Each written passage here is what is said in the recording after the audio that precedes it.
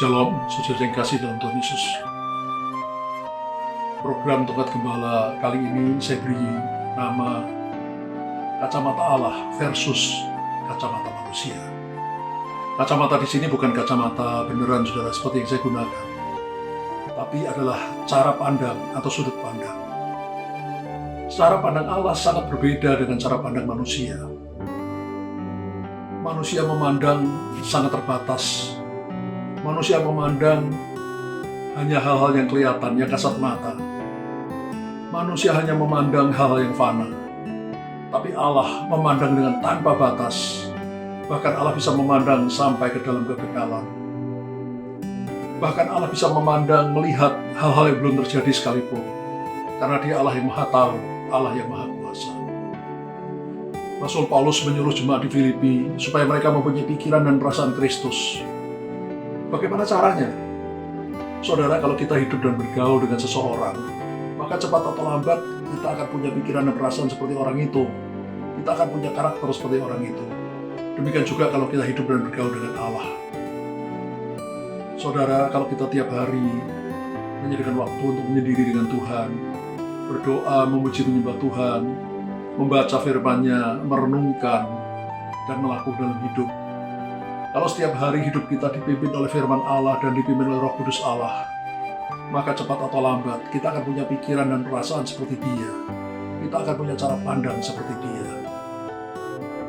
Saudara yang kekasih, ciri utama dari orang yang punya pikiran dan perasaan seperti Kristus, yang punya cara pandang seperti Kristus, adalah orang itu sangat suka untuk bersyukur.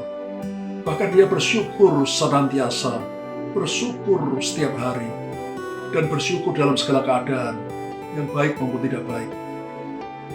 Kenapa dia bisa bersyukur dalam segala keadaan? Karena dia tahu bahwa Allah turut bekerja dalam segala perkara untuk mendatangkan kebaikan bagi orang yang mengasihi Tuhan, yang terpanggil sesuai dengan rencana Tuhan.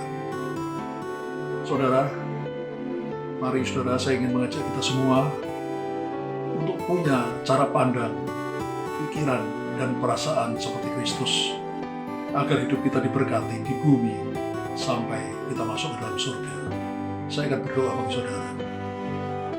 Bapa di surga, hamba-Mu berdoa, Tuhan, biarlah setiap kami, anak-anak-Mu, hamba-hamba-Mu yang mendengarkan firman ini mempunyai pikiran dan perasaan seperti Kristus Yesus, Putra-Mu yang tunggal.